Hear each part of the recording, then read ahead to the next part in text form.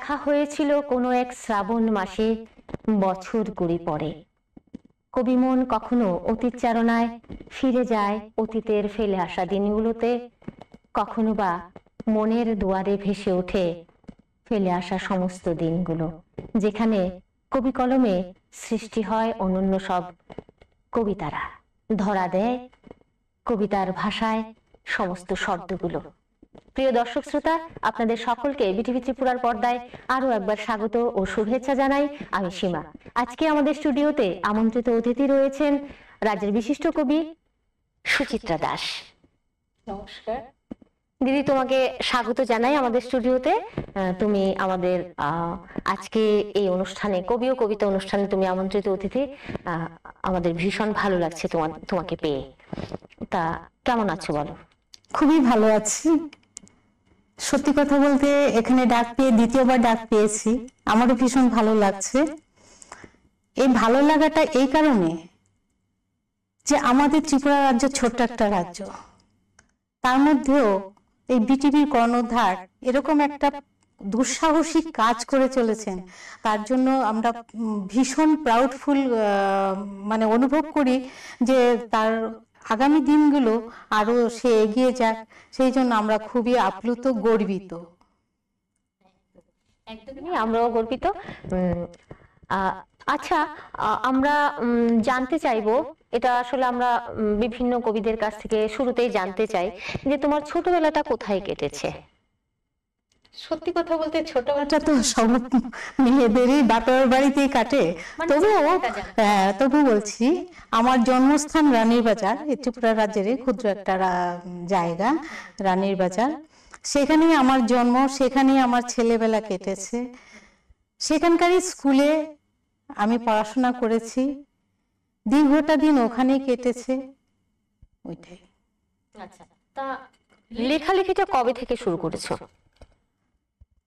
সত্যি কথা বলতে লেখালেখিটা বোধহয় অনেক ছোটকাল থেকেই আমার ছিল, কিন্তু তখন আমরা যখন ছোট ছিলাম তখন মেয়েদের অতটা প্রসারতা ছিল না। কেউ হয়তো গান বাজনা করতো বা লেখালেখি করে কেউ সামনে এগোবে, তখন ততটা মেয়েদের ছাড় ছিল না, কিছুটা রক্ষণশীলতা ছিল। মেয়েদের গান শেখাটাই বিশাল একটা ব্যাপার ছিল। তার মধ্যে যখন লেখালেখিটা আমার ছোটবেলা থেকে আসতো, কিন্তু তখন বুঝতাম না যে কোনটা আমার কবিতা, কোনটা আমি লিখবো, কোনটা লিখবো না। আমি রবীন্দ্রনাথ ঠাকুরের বই পড়তে ভালোবাসতাম, আমি ডিটেকটিভ বই পড়তে ভালোবাসতাম, বই পড়তে ভীষণ ভালোবাসতাম। তারপরে যখন আমার শৈশবকালও কাটলো, তারপর একটা সময় বিয়ে হলো। বিয়ের পরে সংসার তো সব মেয়েদেরকে করতে হয়, সংসার ধর্ম করা হলো। তারপরে একটা সময় সংসারে ভীষণ চাপ পড়ে গেল আমার ওপর। সেই চাপ পড়ার কারণে তখন আমি নিজের সংসারটাকেই দেখছি, ছেলে মেয়ের পড়াশোনা বড় করতে হবে, ওদের লেখাপড়া শিখাতে হবে, নিজের যে পড়াশোনা করব, অন্যান্য বই পড়ব বা লেখালেখি করব, সেই তাগিদটা তখন আমি রীতিমতো ভুলেই গেছিলাম।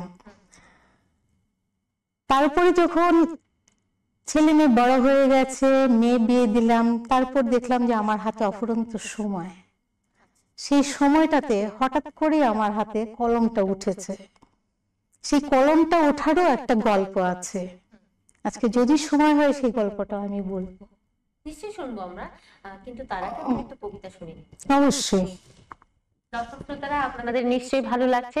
আমরা শুনছি কবি সুচিত্রা দাসকে। তার আগে আমরা তো রবীন্দ্রনাথ ঠাকুর ছাড়া কিছু ভাবতে পারি না। সত্যি কথা বলতে আমাদের লেখালেখি বা সাহিত্য ত্রিপুরা বা ভারতবর্ষে, যে আমরা পুরো বিশ্বে যে লেখালেখির কাণ্ড কর্ম, সেটা রবীন্দ্রনাথকে কেন্দ্র করে। তিনি আমাদের হাত ধরে দেখিয়ে দিয়ে গেছেন এটা সাহিত্য জগৎটাকে। তা আমি রবীন্দ্রনাথকে স্মরণে রেখে আমি ওনার ছোট্ট একটা কবিতা পাঠ করছি।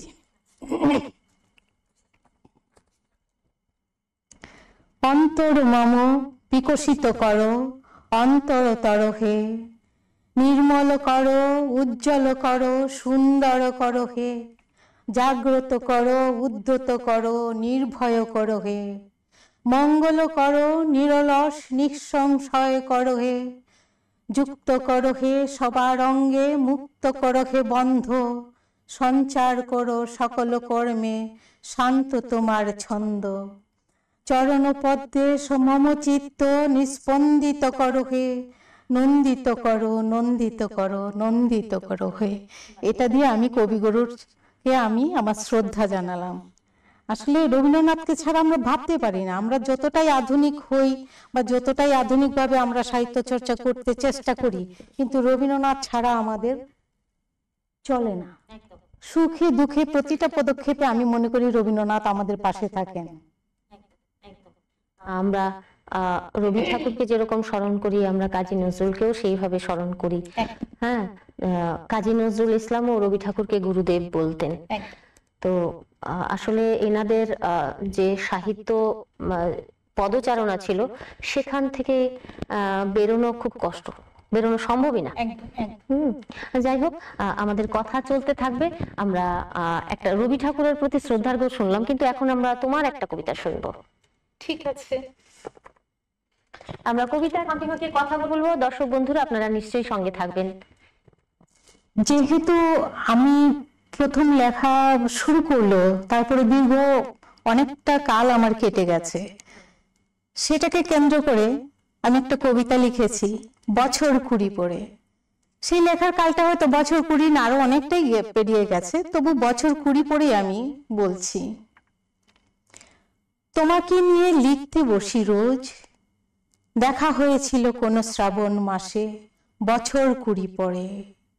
ভোর হয়ে অনেকটাই উদ্ভাসিত দিনের আলো, অপেক্ষারত তুমি বাস টার্মিনালে।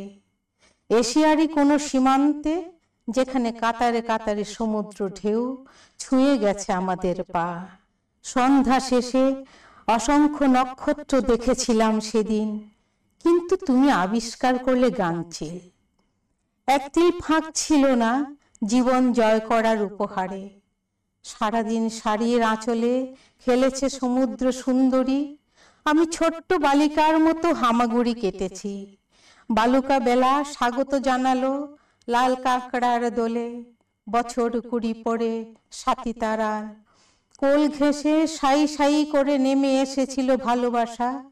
নক্ষত্ররা জানে অভিভূত হয়েছি বারবার হৃদয় জ্যোৎস্নায়। ঝাউ পাতার গন্ধে গাংচিলেরা ফেরে, হলুদ সমুদ্র নিস্তব্ধতা আনে পৃথিবীর বুকে। আর শীতে দেখি এক অন্য আমি। ভীষণ সুন্দর। আচ্ছা, কবি মনে হয় কাল্পনিক ভাবে অনেক রংটাকে পরিবর্তন করে দিতে পারে। যেমন সমুদ্রের রংটা এখানে হলুদ, এটা কবির নিশ্চয়ই কবির কাল্পনিকতা, তাই তো? কি বলবেন? একদম। আসলে আমরা যখন লিখি, সেটা কবি মনের হয়তো ছোট্ট একটা ঘটনা বা ছোট্ট একটা কোনো বিষয়কে নিয়ে আমরা সেই লেখাটা শুরু করি, তারপরে কিন্তু কবি মনের যে কাল্পনিক ব্যাপারগুলো আছে সেটা উঠে আসে ধীরে ধীরে। এখানে যেমন লেখা হয়েছে, সন্ধ্যা শেষে অসংখ্য নক্ষত্র দেখেছিলাম সেদিন, সেটা কিন্তু লেখক তার নিজেকে, কিন্তু যখন বলছে কিন্তু তুমি আবিষ্কার করলে গাঙচিল, তখন কবি তার নিজের মনকে ওখানে দাঁড় করিয়ে লেখাটা লিখেছে। তা কবি সত্যি সমুদ্রকে হলুদ বানাতে পারে, নীল বানাতে পারে, বিভিন্ন রং দিতে পারে। সেটা কবির কল্পনার উপরে নির্ভর করে কবি কিভাবে সেটাকে সাজাবে, এটা কবির মনই বলতে পারে, কবির মন বলতে পারে।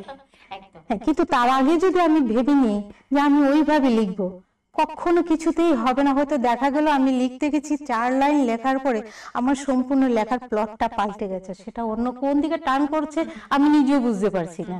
কিন্তু তখন আমাকে সেই কলমের সঙ্গে সঙ্গে আমাকে চলতে হবে, বা আমার ভাবনার সঙ্গেই চলতে হবে।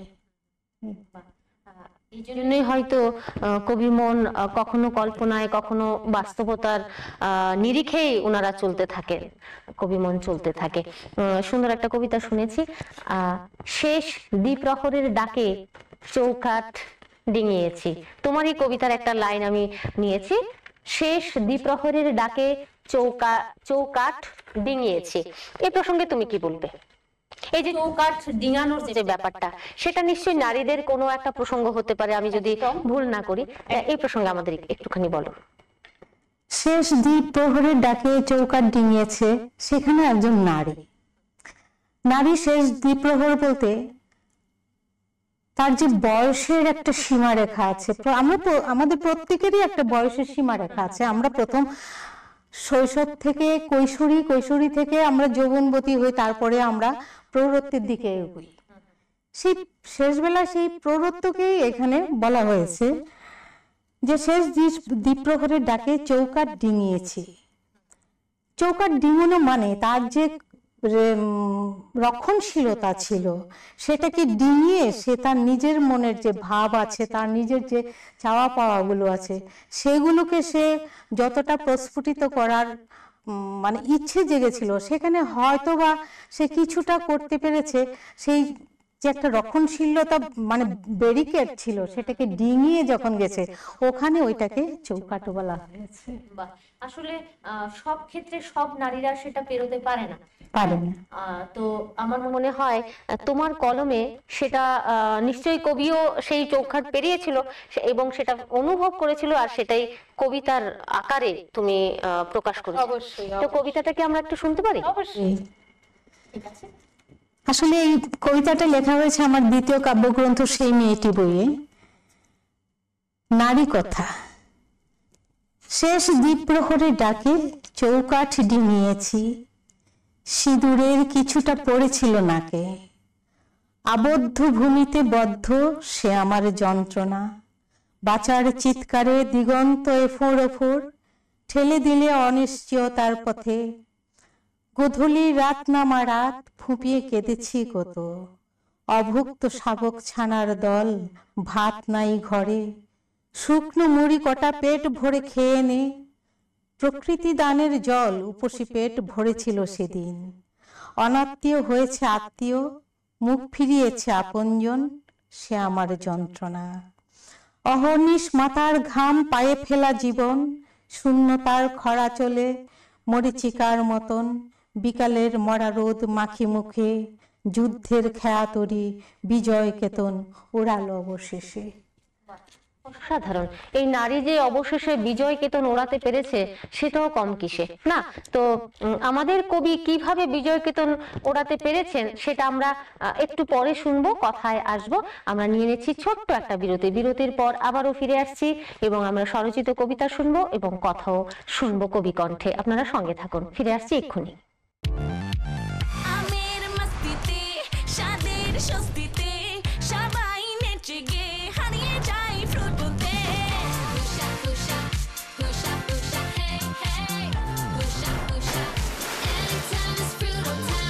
মিষ্টি আমের মজায় লাইফ হোক ফ্রুটোময়। গয়না যখন বোঝে তোমার স্টাইল, শ্যাম সুন্দর কোম্পানি জুয়েলার্স। শেফদের পছন্দ সিস্টার মশলা, যা মডার্ন টেকনোলজি এবং স্বাস্থ্যসম্মত। সিস্টার, নিশ্চিন্তের প্রতীক।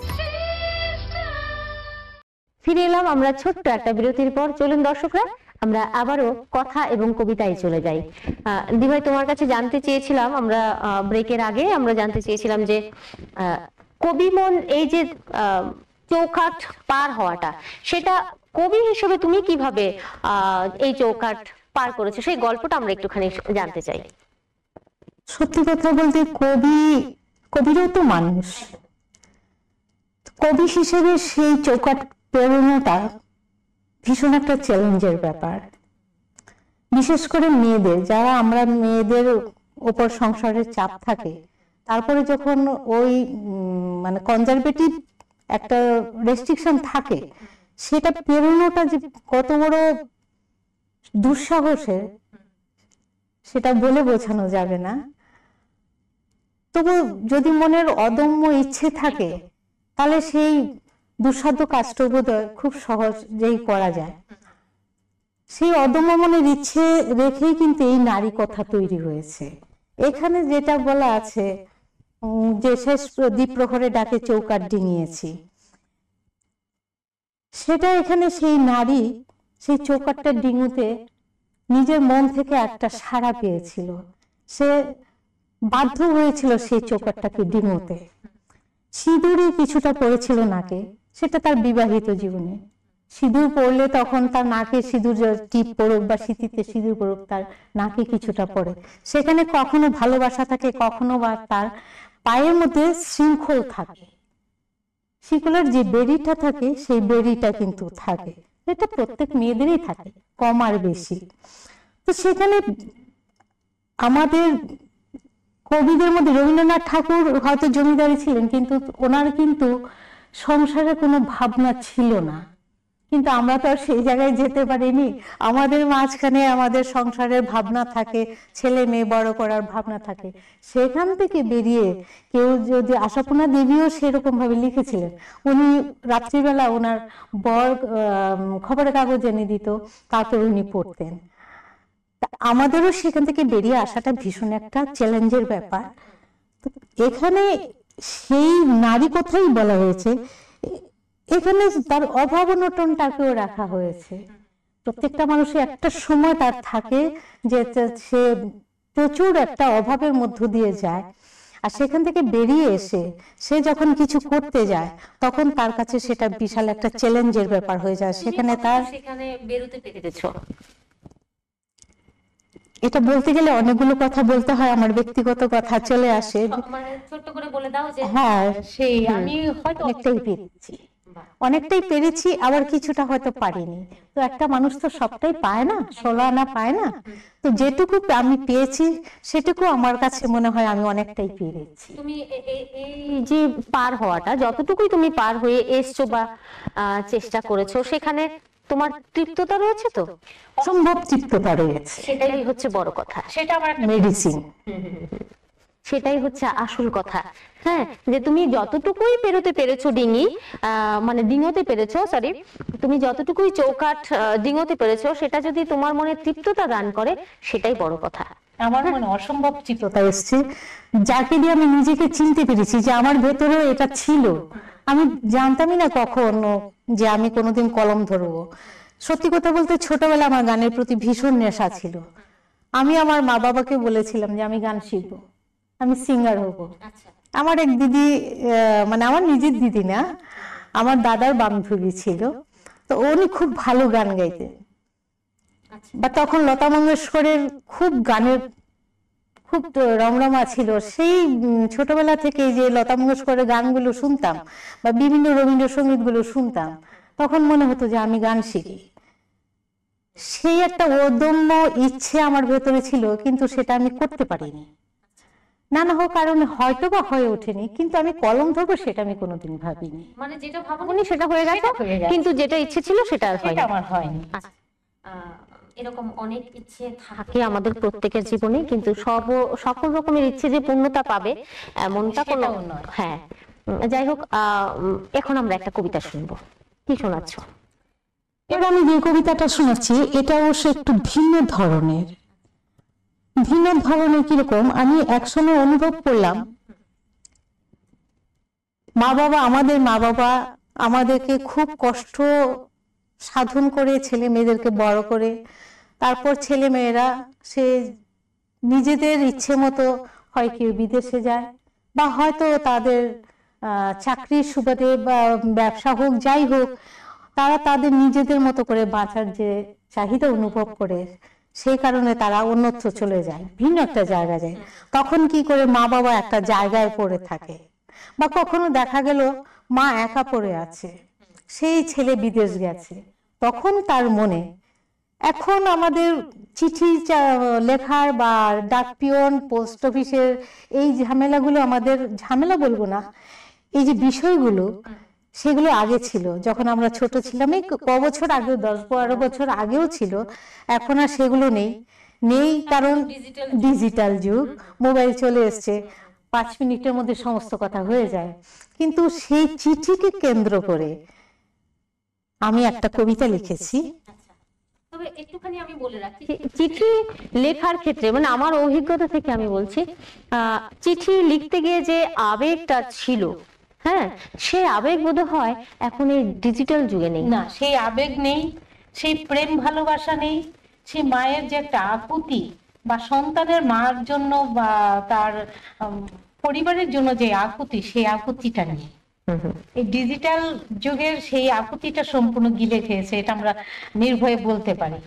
তো সেইটাকে কেন্দ্র করে আমার একটা লেখা। তুমি কবিতাটা পড়ো, তারপরে এই ডিজিটাল যে যুগটা এসেছে সেই প্রসঙ্গে আমরা একটুখানি কথা বলবো। একটা পোস্টকার্ড।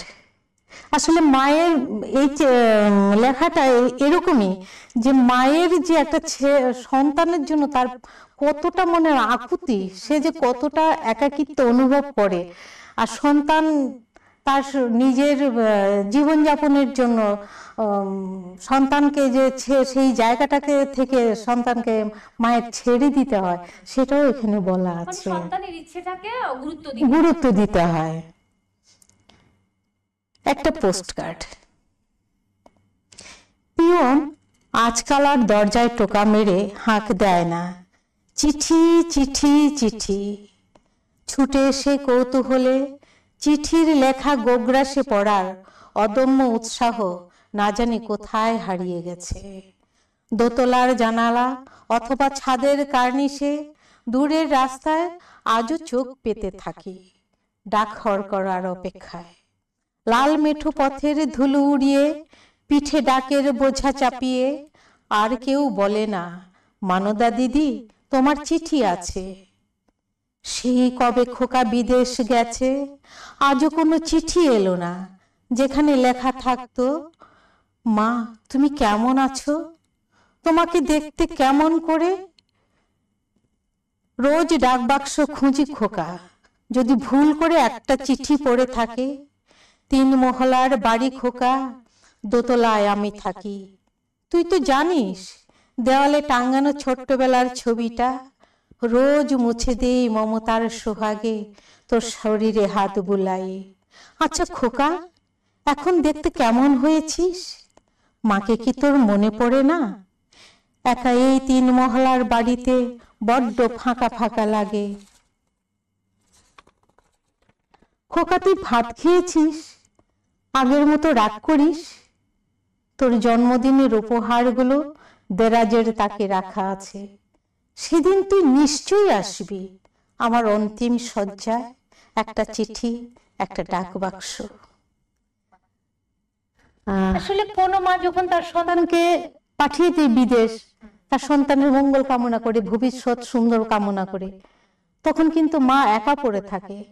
আর সেই আদিকাল থেকেই দেখে এসেছি যে বরাবরকার মতো ছেলে মেয়েরা বাইরে থাকে, মা বাবা একা পড়ে থাকে তখন, বা বৃদ্ধাশ্রমে থাকে তখন, যে তাদের মনে যে আকুতি বা দুঃখ, সেটাকে কেন্দ্র করে আমার এই ছোট্ট লেখাটা বোধহয় সম্পূর্ণ হয়নি। আরো কিছু থাকে, কিন্তু সবগুলো তার সমাভাবে একটা জায়গায় জড়ো করা যায় না, তাই ছোট্ট প্রয়াসই আমার। মায়া মমতা, এটা তো আর ছোট্ট একটা কবিতার মাধ্যমে সবটা শেষ হয় না। মায়ের মমতার বা বাবা মায়ের মমতার কোনো বিকল্প নেই। তো সেখানে হয়তো একটা তুমি যেটা বললে যে ছোট্ট একটা অংশ মাত্র তুমি তুলে ধরেছো। এগুলো আসলে বলে কয়ে শেষ করা যাবে না। তাও কি মা মানে এতটাই দুঃখ যে খোকার অনেকদিন ধরে তার কোনো খোঁজ পায় না, তার কোনো চিঠি ভুল করে ডাক বাক্সে পড়ে আছে কিনা, বা কোনো পিয়ন এসে ওকে ডাক দেয় না। তখন মা মনে মনে ওইটাই ভেবে নিয়েছেন যে তুই আসবি একদিন যখন আমি থাকবো না। প্রত্যাশা রয়েছে, হ্যাঁ, কিন্তু একটা দুঃখ রয়েছে, একটা দুঃখ, সেই প্রত্যাশারই দুঃখ সেটা। সেই দুঃখটা কিন্তু তার আর শেষ হবে না কোনোদিন, সেই দুঃখটা নিয়েই তাকে, মানে খোকা তুই আসবি কিন্তু তো সেদিন হয়তো আমি থাকবো না। করুণ একটা চিত্র, করুণ একটা চিত্র। আর এরকম তো হয়ই আসলে, এরকমও বিদেশ থেকে আসে হয়তো মায়ের ডেড বডিটা দেখে বা বাবার ডেড বডিটা দেখে, কিন্তু কখনো হয়তো সেই ডেড বডিটা দেখারও ওদের সময় হয় না। তখন এখান থেকে খবর যায়, খবরটা যাওয়ার পরে ওরা কি করে একটু দুঃখ প্রকাশ করে, বা দেখা গেল এরকম একটা ব্যাপার আমি দেখেছি, দেখা গেল যে মা বাবা মারা গেছে, তখন তাদের যে সম্পত্তিগুলো আছে, তাদের কি প্রপার্টি আছে, সেগুলো খুঁজে পেতে নিয়ে ও চলে গেছে। কিন্তু মায়ের অন্তিম সময়ে, বাবার অন্তিম সময়ে সে কিন্তু সেই আশাটাকে পূর্ণ করেনি। সে অনেকবার হয়তো খবর পেয়েছে, কিন্তু সেটাকে সে পাত্তা দেয়নি, কারণ সে নিজেকে নিয়ে এতটাই মত্ত ছিল যে এটাকে খুব সামান্য মনে হয়েছে তার। এটা খুবই দুঃখজনক, খুবই দুঃখজনক। আমরা কিন্তু অনুষ্ঠানের একেবারে শেষ পর্যায়ে চলে এসেছি। আমরা জানতে চাইবো যে লেখালেখি ছাড়া আর কি করতে ভালো লাগে তোমার? লেখালেখি ছাড়া একটু আগে আমি বলে গেছি, আমার গান করার খুব ইচ্ছে ছিল। আমি যে কোনোদিন গান শিখিনি বা শেখার সেই সুযোগটা আমার হয়নি। আমার এটাই হতো সবচেয়ে বড় একটা আক্ষেপ বলা যায়। আচ্ছা, তা এখনো কিন্তু সময় যায়নি, সময় শেষ হয়নি। গান তুমি শুরু করতেই পারো, শিখতেই পারো, শেখার কোনো শেষ নেই, শেখার কোনো বয়স নেই, তাই না? সেটা একদম ঠিক, কিন্তু সেটাও তো পরিস্থিতির উপর নির্ভর করে। কারণ আমাদের ত্রিপুরা রাজ্যটা এরকমই একটা জায়গা যেটা আমরা পশ্চিমবঙ্গের সঙ্গে তুলনা করতে পারি না। আমাদের এখনো আমাদের রাজ্যে সেই মেয়েরা এটা করে ফেলবে সেটা করে ফেলবে, সেই যে একটা রক্ষণ ব্যাপার, সেটা কিন্তু আমাদের রয়েই গেছে। একদম একদম। আমরা কিন্তু অনুষ্ঠানের একেবারে শেষ পর্যায়ে চলে এসেছি। আমি যতদূর শুনেছি যে কবিদের নাকি ঋতু খুব বেশি নাড়া দেয়, তো তোমাকে কোন ঋতুটা সবচেয়ে বেশি নাড়া দেয় লেখালেখির বসন্ত ক্ষেত্রে? ঋতুটা খুব নাড়া। তাহলে আমরা একটা কবিতা শুনে ফেলি। সেই বসন্ত ঋতুটা নিয়ে আমি লিখেছি, যেটা আমি শান্তিনিকেতন থেকে ভীষণভাবে উদ্বুদ্ধ হয়েছি। আবারও বসন্ত এলো, নত যেন পলাশ কোলে, খোলা মাঠের কোণে যৌবন আকাঙ্ক্ষায় ফাল্গুনের দিনে। মৃদুমন্দ বাতাসে পাতা কাঁপে থর থর পল্লব দলে, সমস্ত আভরণ খুলে ফোটে যে ফুল, তারই প্রেম ধরে রাখে অনায়াসে ঘুমের ঘোরে। কিছু নেই তার লাজ লজ্জা, অরণ্য শরীরের সীমা রেখে ঘুরে ঘুরে আসে বসন্ত দিন রঙিন। আমের মুকুল শালবিথি তৃণপুঞ্জ ভ্রমরের গুঞ্জন। ভোরের রোদ্দুরে পলাশের বসন্ত বিহার, কোথাও মিলবে কি এ দৃশ্য বলো আর? বসন্ত, আহা বসন্ত, কোথায় যেন ভেঙেছে চাঁদ নত শরীরে পলাশ, কোথায় যেন মধ্যরাতে ফুটেছে তারা, রাতগুলি অতি রমণীয়। আহা মুখটি তুলে দারুণ কাতরে ভালোবাসা খুঁজে বসন্ত, আহা বসন্ত।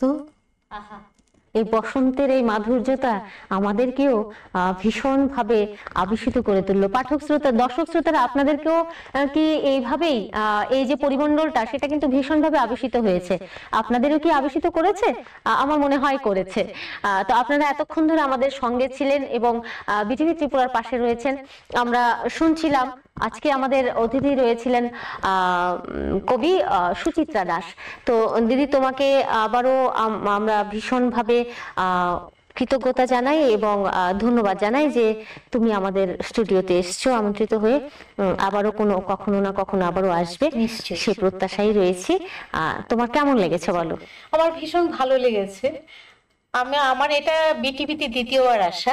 আচ্ছা, তার আগে আমি প্রথমবার এসেছিলাম, প্রথমবার আমি অনুষ্ঠান করে গেছি, আমার খুব ভালো লেগেছে। আর আজকে আমাকে এখানে ডাকার জন্য তোমাকে অসংখ্য ধন্যবাদ। বিটিভির কর্ণধারকে আমার অসংখ্য ধন্যবাদ। আমাদের সঙ্গে যারা আছেন ক্যামেরার ওপারে, তাদেরকে আমার অসংখ্য ধন্যবাদ। তুমিও আমাদের সঙ্গে আছো, আমরা কবিতায় আছি, সাহিত্যে আছি, সেটা তোমাকেও আমি আশা করি। অনেক ধন্যবাদ, অনেক ভালোবাসা জানাই। প্রিয় দর্শক শ্রোতা, আপনারা এতক্ষণ ধরে আমাদের সঙ্গে ছিলেন এবং আমরা যতদূর চেষ্টা করেছি আমরা আজকের অতিথির সম্পর্কে আমরা জানতে এবং আজকের অতিথির যত স্বরচিত কবিতা, কিছু কথা আপনাদের সঙ্গে ভাগ করে নিতে। আপনারা ভালো থাকবেন, সুস্থ থাকবেন। আমরা সামনের সপ্তাহে এমনই সময়ে আবারও ফিরে আসবো অন্য আরেকজন কবিকে নিয়ে। ততদিন ভালো থাকুন, সুস্থ থাকুন। নমস্কার।